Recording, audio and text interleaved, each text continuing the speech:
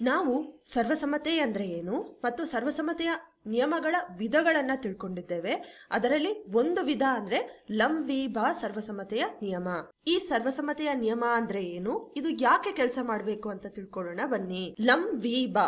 ಲಂ ಅಂದ್ರೆ ಲಂಬಕೋನ, ವಿ ಅಂದ್ರೆ ವಿಕರ್ಣ, ಬಾ ಅಂದ್ರೆ ಬಾಹು.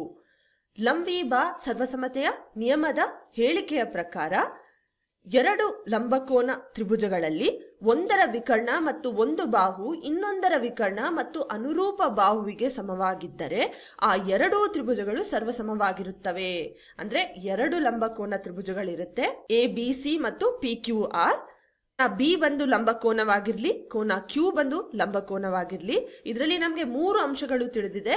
ಅಂದ್ರೆ ಈ ಒಂದು ಈ ತ್ರಿಭುಜ ಎ ಬಿ ಸಿ ನ ವಿಕರ್ಣ ಎ ಸಿ ಬಂದು ತ್ರಿಭುಜ ಪಿ ಕ್ಯೂ ಆರ್ ನ ವಿಕರ್ಣ ಪಿ ಆರ್ ಗೆ ಸಮ ಅಂತ ಹೇಳಿ, ಮತ್ತು ಮತ್ತೊಂದು ಜೊತೆ ಅನುರೂಪ ಬಾಹುಗಳು ಅಂದ್ರೆ ಎ ಬಿ ಬಂದು ಪಿ ಕ್ಯೂಗೆ ಸಮವಾಗಿರ್ಬೋದು ಅಥವಾ ಕ್ಯೂ ಆರ್ ಗೆ ಸಮವಾಗಿರ್ಬೋದು, ಅಥವಾ ಬಿ ಸಿ ಬಂದು ಪಿ ಕ್ಯೂಗೆ ಸಮವಾಗಿರ್ಬೋದು ಅಥವಾ ಕ್ಯೂ ಆರ್ ಗೆ ಸಮವಾಗಿರ್ಬೋದು. ಯಾವ್ದಾದ್ರೂ ಒಂದು ಜೋಡಿ ಅನುರೂಪ ಬಾಹುಗಳು ಸಮವಾಗಿದ್ರೆ ಸಾಕು. ಹಾಗಿದ್ರೆ ಆ 3 ಅಂಶಗಳೇನು ಅಂದ್ರೆ ಕೋನ ಎ ಬಿ ಸಿ ಕೋನ ಪಿ ಕ್ಯೂ ಆರ್ ಗೆ ಸಮವಾಗಿರುತ್ತೆ, ಅಂದ್ರೆ ಲಂಬಕೋನ ಆಗಿರೋದ್ರಿಂದ. ಎ ಸಿ ಬಂದು ಪಿ ಆರ್ ಗೆ ಸಮವಾಗಿರಬೇಕು, ಯಾಕೆಂದ್ರೆ ಇದು ವಿಕರ್ಣಗಳಾಗಿರೋದ್ರಿಂದ. ಮತ್ತು ಎ ಬಿ ಬಂದು ಪಿ ಕ್ಯೂಗೆ ಸಮ ಅಂತ ಅನ್ಕೊಳ್ಳೋಣ. ಆದ್ರಿಂದ ತ್ರಿಭುಜ ಎ ಬಿ ಸಿ ಬಂದು ತ್ರಿಭುಜ ಪಿ ಕ್ಯೂ ಆರ್ ಗೆ ಸರ್ವಸಮವಾಗಿರುತ್ತೆ. ಯಾವ್ದ್ರಿಂದ? ಆರ್ ಎಚ್ ಎಸ್ ಅಥವಾ ಲಂ ವಿ ಬಾ ನಿಯಮದಿಂದ.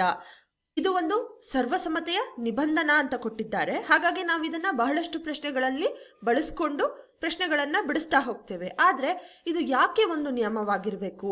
ಹೆಚ್ಚಿನದಾಗಿ ನಾವು ನೋಡೋದಾದ್ರೆ ಇಲ್ಲಿ ಒಂದು ಬಾಹು ಅಂದ್ರೆ ವಿಕರ್ಣಗಳು ಬಾಹುಗಳೇ ಆಗಿದೆ. ಹಾಗಾಗಿ ಈ ಎ ಸಿ ಬಾಹು ಪಿ ಆರ್ ಬಾಹುಗೆ ಸಮ ಅಂತ ಹೇಳಿದ್ವಿ, ಮತ್ತು ಪಿ ಕ್ಯೂ ಬಾಹು ಮತ್ತು ಎ ಬಿ ಬಾಹು ಸಮ ಅಂತ ಹೇಳಿದ್ವಿ, ಮತ್ತು ಒಂದು ಕೋನ ಬಿ ಬಂದು ಕೋನ ಕ್ಯೂಗೆ ಸಮ ಅಂತ ಹೇಳಿದ್ವಿ. ಹಾಗಿದ್ರೆ ಇದು ಒಂದು ಬಾಹು ಕೋನದ ರೀತಿಯಲ್ಲೇ ಇದೆ. ನಮ್ಗೆ ಈಗಾಗ್ಲೇ ತಿಳಿದಿದೆ ಬಾಹು ಕೋನ ಒಂದು ಸರ್ವಸಮ್ಮತೆಯ ನಿಬಂಧನ ಅಲ್ಲ ಅಂತ ಹೇಳಿ. ಹಾಗಿದ್ರೆ ಬಾಹು ಕೋನದ ರೂಪದಲ್ಲಿರುವ ಲಂ ವಿ ಬಾ ಸರ್ವಸಮ್ಮತೆಯ ನಿಯಮ ಮಾತ್ರ ಯಾಕೆ ಒಂದು ನಿಬಂಧನೆ ಆಗಿರಬೇಕು? ಇದನ್ನ ತಿಳ್ಕೊಳ್ಳೋಣ ಬನ್ನಿ. ಅದೇ 2 ತ್ರಿಭುಜಗಳನ್ನ ಪರಿಗಣಿಸೋಣ. ಈಗ ಈ ಹಸಿರು ಬಣ್ಣದ ತ್ರಿಭುಜ ಎ ಬಿ ಸಿ ಅಲ್ಲಿ ನೀವು ನೋಡಿದ್ರೆ ಕೋನ ಬಿ ಬಂದು ಲಂಬಕೋನ ಆಗಿರ್ಲಿ, ಎ ಸಿ ನ ವರ್ಗ ಬಂದು ಎ ಬಿ ನ ವರ್ಗ ಪ್ಲಸ್ ಬಿ ಸಿ ನ ವರ್ಗ ಅಂತ ಬರ್ಕೊಳ್ಬಹುದು. ಯಾಕೆ ಅಂದ್ರೆ ಪೈಥಾಗರಸ್ ಪ್ರಮೇಯದಿಂದ ಈ ರೀತಿ ನಾವು ಬರ್ಕೊಳ್ಬಹುದು. ಹಾಗಿದ್ದಾಗ ಬಿ ಸಿ ನ ವರ್ಗ ಏನಾಗಿರುತ್ತೆ? ಎ ಸಿ ನ ವರ್ಗ ಮೈನಸ್ ಎ ಬಿ ನ ವರ್ಗ ಆಗಿರುತ್ತೆ. ಸರ್ವಸಮ್ಮತೆಯ ನಿಯಮದ ಹೇಳಿಕೆಯ ಪ್ರಕಾರ ನಮ್ಗೆ ತಿಳಿದಿದೆ ಎ ಸಿ ಬಂದು ಪಿ ಆರ್ ಗೆ ಸಮ ಅಂತೇಳಿ. ಹಾಗಿದ್ದಾಗ ಎ ಸಿ ನ ವರ್ಗ ಬಂದು ಪಿ ಆರ್ ನ ವರ್ಗಕ್ಕೆ ಸಮವಾಗಿರುತ್ತೆ. ಹಾಗಾಗಿ ಎ ಸಿ ನ ವರ್ಗದ ಜಾಗದಲ್ಲಿ ಪಿ ಆರ್ ನ ವರ್ಗ ಅಂತ ತಗೊಂಡು, ಮತ್ತು ಎ ಬಿ ಬಂದು ಪಿ ಕ್ಯೂಗೆ ಸಮ ಅಂತ ತಿಳಿದಿದೆ. ಹಾಗಿದ್ದಾಗ ಎ ಬಿ ನ ವರ್ಗ ಬಂದು ಪಿ ಕ್ಯೂ ನ ವರ್ಗಕ್ಕೆ ಸಮವಾಗಿರುತ್ತೆ. ಹಾಗಾಗಿ ಎ ಬಿ ನ ವರ್ಗದ ಜಾಗದಲ್ಲಿ ನಾವು ಪಿ ಕ್ಯೂ ನ ವರ್ಗವನ್ನ ತಗೊಳ್ಳೋಣ. ಈಗ ಇದನ್ನ ಮೊದಲನೇ ಈಕ್ವೇಶನ್ ಅಂತ ಕರೆಯೋಣ. ಈಗ ಮತ್ತೊಂದು ತ್ರಿಭುಜವನ್ನ ನೋಡಿದ್ರೆ ಪಿ ಆರ್ ನ ವರ್ಗವನ್ನ ಪಿ ಕ್ಯೂ ನ ವರ್ಗ ಪ್ಲಸ್ ಕ್ಯೂ ಆರ್ ನ ವರ್ಗ ಅಂತ ಬರ್ಕೊಳ್ಬಹುದು. ಮತ್ತೆ ಯಾಕೆ ಅಂದ್ರೆ ಇದು ಪೈಥಾಗರಸ್ ನ ಪ್ರಮೇಯದಿಂದ. ಕ್ಯೂ ಆರ್ ನ ವರ್ಗವನ್ನ ಏನಂತ ಬರ್ಕೊಳ್ಬಹುದು? ಪಿ ಆರ್ ನ ವರ್ಗ ಮೈನಸ್ ಪಿ ಕ್ಯೂ ನ ವರ್ಗ ಅಂತ ಬರ್ಕೊಳ್ಬಹುದು. ಹಾಗಾಗಿ ಇದನ್ನ ಎರಡನೇ ಈಕ್ವೇಶನ್ ಅಂತ ಕರೆಯೋಣ. ಈ 2 ಈಕ್ವೇಶನ್ ನ ಒಮ್ಮೆ ಗಮನಿಸಿದ್ರೆ ಇದರಲ್ಲಿರುವ ಬಲಬದಿ ಒಂದೇ ಆಗಿದೆ. ಹಾಗಾಗಿ ಬಿ ಸಿ ನ ವರ್ಗ ಏನಾಗಿರುತ್ತೆ? ಕ್ಯೂ ಆರ್ ನ ವರ್ಗಕ್ಕೆ ಸಮವಾಗಿರುತ್ತೆ. ಹಾಗಿದ್ದಾಗ ಕ್ಯೂ ಆರ್ ಏನಾಗಿರುತ್ತೆ? ಬಿ ಸಿ ಗೆ ಸಮವಾಗಿರುತ್ತೆ. ಈಗ ನಮ್ಗೆ ಸಿಕ್ಕಿದೇನು?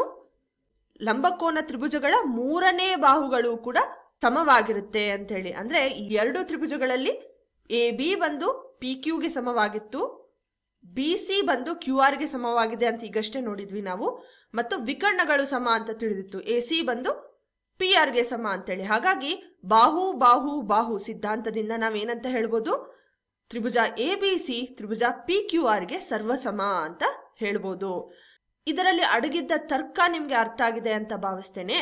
ಅಂದ್ರೆ 2 ತ್ರಿಭುಜಗಳಲ್ಲಿ ಲಂಬಕೋನಗಳಿದ್ದು ಅವುಗಳ ವಿಕರ್ಣಗಳು ಮತ್ತು ಅನುರೂಪ ಬಾಹುಗಳ ಒಂದು ಜೋಡಿ ಸಮವಾಗಿದ್ದರೆ ಅಸ್ಪಷ್ಟತೆಗೆ ಅವಕಾಶವಿರಲ್ಲ, ಯಾವುದೇ ದ್ವಂದ್ವಗಳು ಏರ್ಪಡೋದಿಲ್ಲ. ಯಾಕೆಂದ್ರೆ ಈ 3 ಅಂಶಗಳ ಗುಂಪಿಗೆ ಅಂದ್ರೆ ಲಂಬಕೋನಗಳಾಗಿದ್ದು ಅವುಗಳ ವಿಕರ್ಣಗಳು ಸಮವಾಗಿದ್ದು ಮತ್ತು ಒಂದು ಜೊತೆ ಅನುರೂಪ ಬಾಹುಗಳು ಸಮನಾಗಿದ್ದಾಗ ನಾವು ಪೈಥಾಗರಸ್ನ ಪ್ರಮೇಯದಿಂದ ಈ ಮೂರನೇ ಬಾಹುವಿನ ಉದ್ದವು ಅನನ್ಯವಾಗಿರುತ್ತದೆ ಅಂತ ತಿಳ್ಕೊಂಡ್ವಿ. ಆದ್ರಿಂದ ಲಂ ವಿ ಭ ಸರ್ವಸಮ್ಮತೆಯ ನಿಬಂಧನವು ಖಂಡಿತವಾಗ್ಲೂ ಕೆಲಸ ಮಾಡುತ್ತದೆ. ಬಾ ಕೋ ಅಲ್ಲಿ ಕೋ ಬಂದು ಲಂಬ ಕೋನ ಆದಾಗ ಅದು ವಿಶೇಷವಾಗಿ ಲಂ ವಿ ಭ ಸರ್ವಸಮ್ಮತೆಯ ನಿಬಂಧನ ಅಂತ ಕರೆಯಲ್ಪಡುತ್ತೆ.